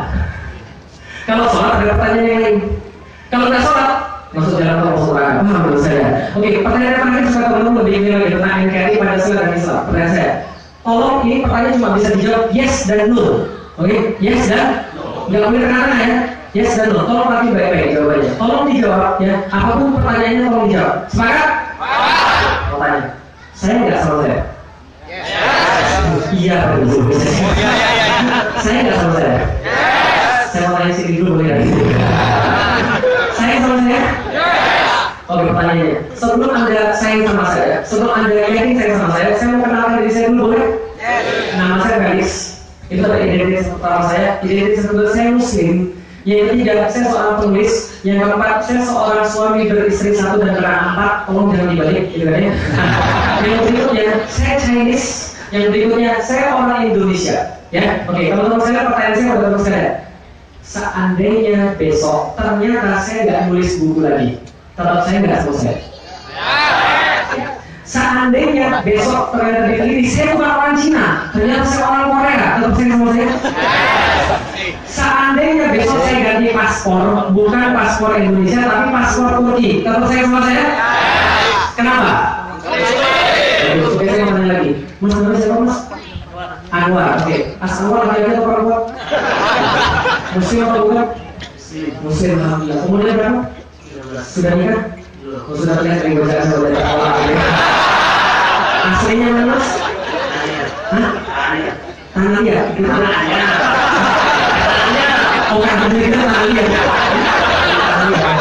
Tapi mimpi. Jadi dari karangannya, berarti orang Indonesia bukan? KTP-nya Indonesia betul? Oke Mas, di apa identitas yang tadi saya sebutkan dulu gitu ya? Ada orang anyar, orang Indonesia, laki-laki, umurnya berapa? 19 tahun. Tolong Mas pilih gambar semua yang tadi, namanya Mas Anwar, semua yang saya sebutin tadi, yang tadi Mas jawab saya, tolong pilih 3 yang paling penting. Muslim. Tolong dimakai ya. Oh, saya ini 3 identitas yang tadi mau jawab satu enggak? Saya yang kedua. Bukan ya kan? 19 tahun. Ini yang IPS nih. Umur 19 tahun. Berarti orang langsung diganti nggak apa-apa. Selama atau lagi orang karangannya terus Muslim dan satu lagi 19 tahun. Nggak apa-apa kalau namanya diganti. Nggak apa-apa. Kalau seandainya diganti warga negaranya besok mau ke Amerika nggak apa-apa juga. Karena 3 paling penting itu ya. Oke, pertanyaan penting. Di antara 3 tadi Muslim, selalu 19 tahun orang karangannya. Soalnya yang paling penting. Yakin? Paham? Ini dimulai dengan ya ayyuhalladzina amanu ittaqullaha haqqa tuqatih wa la tamutunna illa wa antum muslimun. Itu harga mati satu-satunya di dalam Al-Qur'an. Yang lain tidak ada harga mati. Anda boleh mati jadi orang bukan Indonesia bisa. Anda boleh mati jadi seorang bukan penulis bisa. Anda boleh mati S1, S2, S3, enggak S pun boleh. Anda boleh mati dimanapun, Anda boleh mati dalam keadaan apapun, tapi jangan sampai Anda mati dalam keadaan bukan itu maksudnya wala tamutunna illa wa antum muslimun. Kalau sudah begitu baru lanjut yang lainnya. Wa'tasimu bihablillahi jami'a wala tafarraqu. Orang sudah beriman yang merasa Islam di atas segala-galanya, yang merasa Islam yang paling penting dalam hidupnya, Anda pasti bisa memberikan dengan satu yang lain, pasti bisa. Wa qulu ni'matallahi 'alaikum id kuntum a'da'a fa'alaha baina qulubikum. Coba kalian ingat Quran senantiasa bermusuh-musuhan. Kenapa? Karena tidak jadikan Islam yang paling tinggi. Kalau kalian tidak jadikan Islam yang paling tinggi, Anda pasti ribut. Contoh Indonesia, Malaysia main bola gitu ya. Lalu kemudian Anda datang itu kalian Malaysia gitu. Padahal sama-sama Muslim. Setiap ikatan selain ikatan Islam mesti bikin masalah. Gue orang Solo lebih pintar daripada orang Jogja. Orang Jogja itu bilang salah, terbalik gitu ya. Orang Padang datang lagi, kalian semua bodoh, gue yang paling pintar gitu ya. Kalau ikatan selain Islam yang di atas pasti ada masalah. Tapi kalau ikatan Islam sudah jadi ikatan yang paling tinggi, insya Allah akan ada masalah. Allah Akbar. Kalau di sini, nah itulah maksud saya. Artinya adalah alhamdulillah Allah karuniakan kepada kita Indonesia. Ini negeri adalah negeri tercinta kita. Mencintai tanah air, mencintai tempat lain. Gak ada yang salah di situ. Lah kenapa? Karena Rasulullah mencintai Makkah.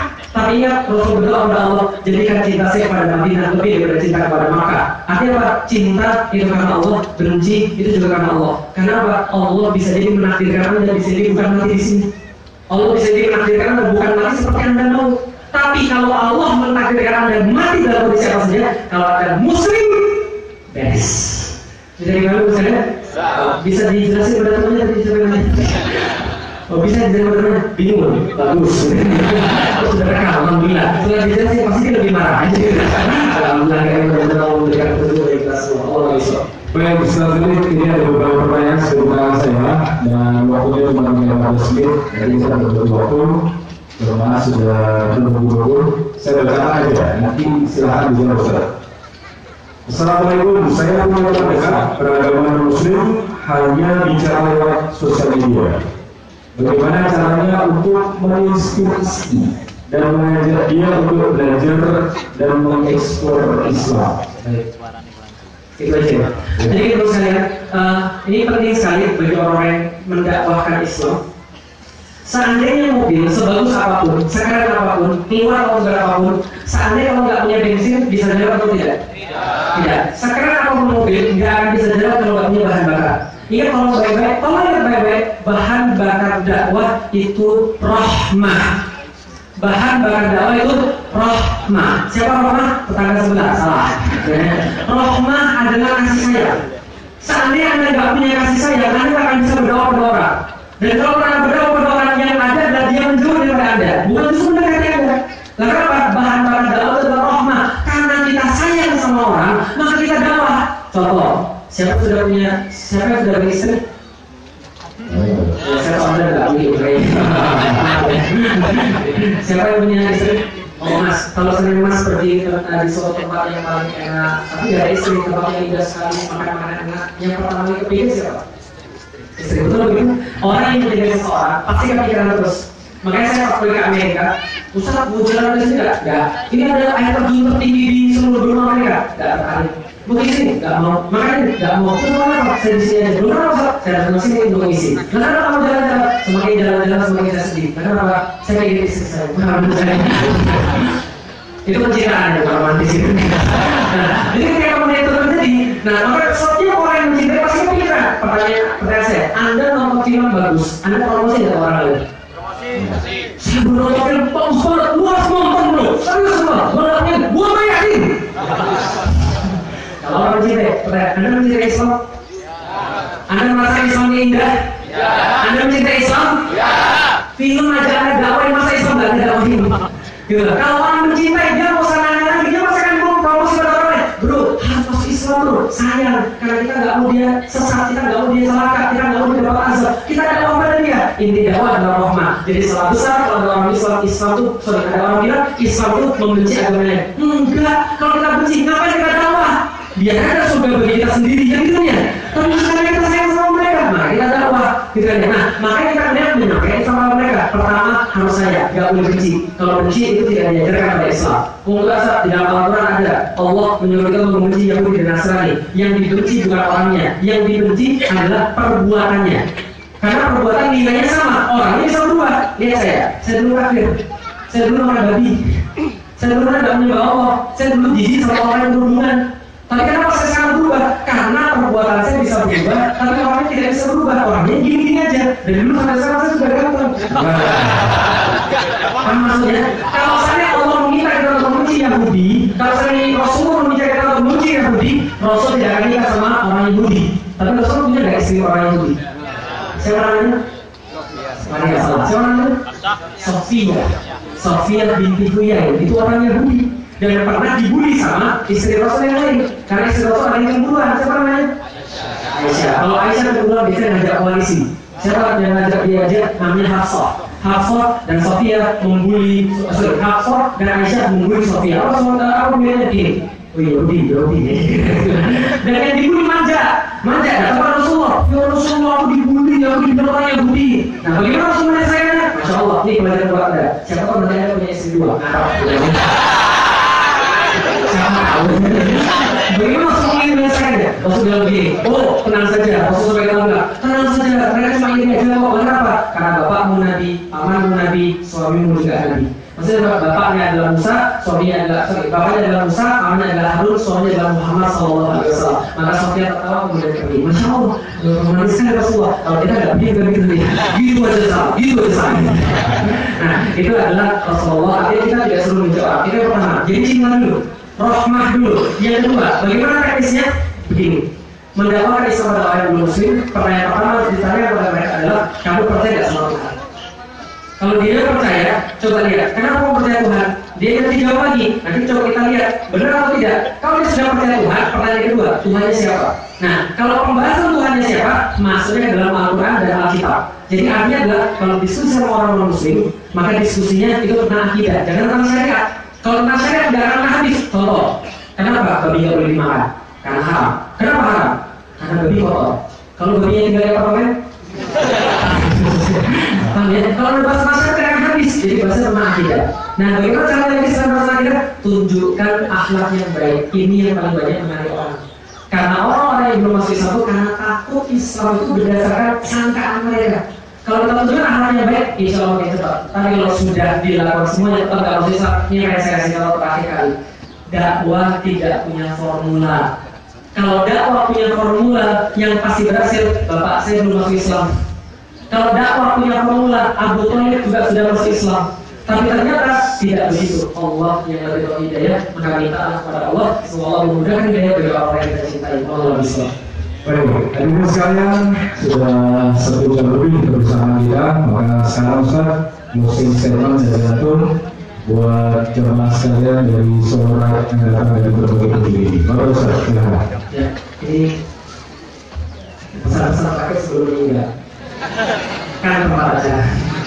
Begini menurut saya, alhamdulillah saya terima kasih sekali kepada perusahaan sudah meramaikan acara ini. Terima kasih atas kehadiran teman-teman sekalian. Yang harus kita mantapkan adalah bahwa sekarang ini saatnya zaman fitnah. Sekarang ini zamannya zaman fitnah. Karena kenapa? Karena banyak orang-orang yang tidak suka dengan Islam, mereka mau melakukan de-islamisasi yang sekarang dibungkus dengan kata-kata deradikalisasi. Karena mereka menyamakan antara Islam dengan radikal. Jadi kami, nah sekarang saatnya bagaimana caranya? Tidak ada yang bisa dilakukan kecuali merapatkan barisan. Alhamdulillah, saya masuk Islam 2002 dan saya saksikan di depan mata dan kepala saya sendiri bagaimana harokah-harokah yang berlainan saling berbeda pendapat sampai mereka masuk dalam fisik. Jadi kami, tapi sekarang melalui kasus yang kemarin misalnya kasus penistaan agama, Allah gantikan yang lebih baik daripada kita. Allah gantikan ukhuwah sesama muslim. Mata air mata satu tidak berhenti berlinang ketika kemudian menyaksikan aksi 411 dan aksi 212. Nah kenapa? Ya Allah, ini yang saya idamkan dari dulu. Ketika orang muslim itu hanya mengutamakan Allah di atas segala-galanya. Saat cinta kita kepada Allah sudah di atas segala-galanya, maka Allah sudah pasti punya kita. Jangan berpecah belah bareng-bareng. Teman-teman kita, sejahat-jahatnya teman-teman kita, insya Allah dia masih bisa menjadi saksi kita di yaumil kiamat kelak ketika kita meminta surganya Allah. Seburuk-buruknya mereka, apalagi yang sama-sama dakwah, apalagi yang sama-sama kemudian agamanya, yang sama-sama menyuruh Allah. Gak mungkin kamu gak perlu mereka. Insya Allah bareng-bareng sama-sama mencintai Islam, sama-sama mencintai Allah dan Rasulnya, harokah apapun bersatu. Karena ini kita besar bagi Indonesia insya Allah. Allah. Ulama-ulama kemarin saya ketemu mereka menasihati kepada kita. Banyak hal yang sudah mereka lakukan dengan kasus-kasus yang sekarang ini, dan teman-teman sekalian yang perlu kita lakukan di bawah adalah menunjukkan hal yang sama. Jangan sampai kita pecah karena ulama-ulama sekarang kita sudah bersatu insya Allah. Maka teman-teman sekalian, mudah-mudahan apa yang saya hadirkan di sini bisa menginspirasi, memberikan manfaat, dan mudah-mudahan Allah segera akan pertolongan bagi kita yaitu adalah tegaknya Islam, dan mudah-mudahan Allah memberikan kepada kita kontribusi sebagai bagian di dalamnya. Takbir! Assalamualaikum warahmatullahi wabarakatuh. Baik hadirin sekalian, demikian tadi paparan dan juga ceramah dari Ustaz Felix Xiao. Kita doakan mudah-mudahan kita istiqomah di jalan Allah Subhanahu wa taala. Dan mudah-mudahan dari kita semua akan lahir Felix Xiao berikutnya. Allahu Akbar. Demikian dari saya, terima kasih. Wassalamualaikum warahmatullahi wabarakatuh.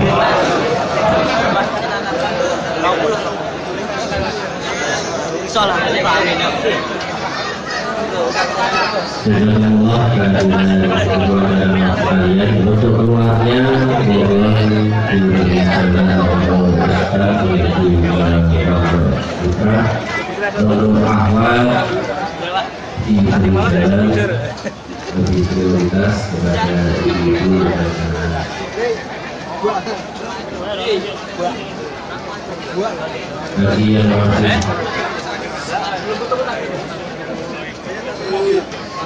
Bagi yang masih memiliki waktu luang, bagi yang lewat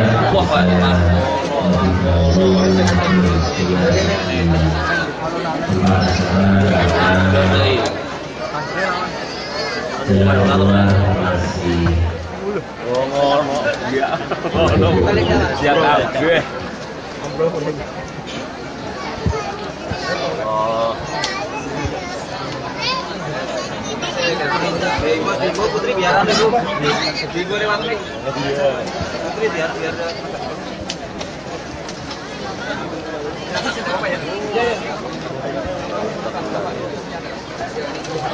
Abro ini.